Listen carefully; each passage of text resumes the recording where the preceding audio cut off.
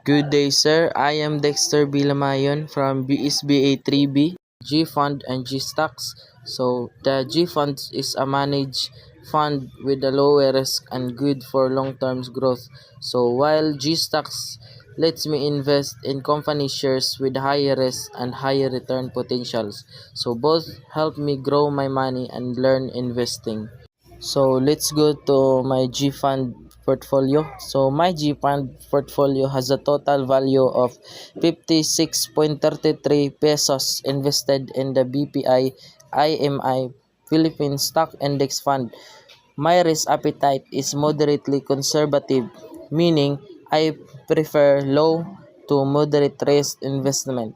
So the fund 1 year's performance is negative 3.300%, which shows a decrease in value.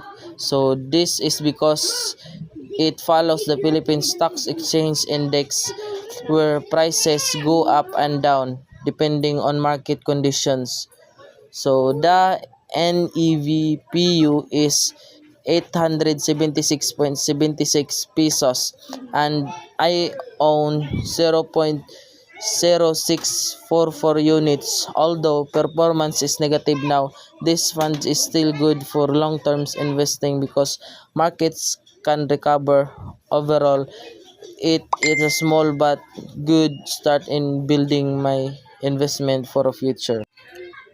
So let's go to my G Stocks portfolio. So my G Stocks portfolio under EB Capital has a total value of 195.52 pesos.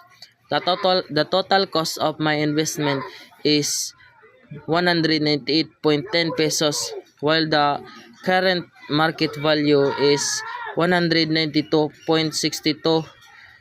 This means I currently have an all-time loss of 4.48 pesos, or negative 2.26%.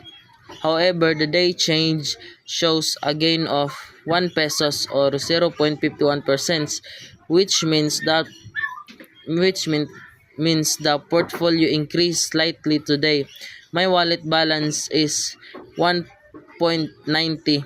I own stocks in MYNLD and PCOR. MYNLD has a profit of 2.40 or 2.81%, while PCOR has a loss of 6.88 pesos, or negative 6.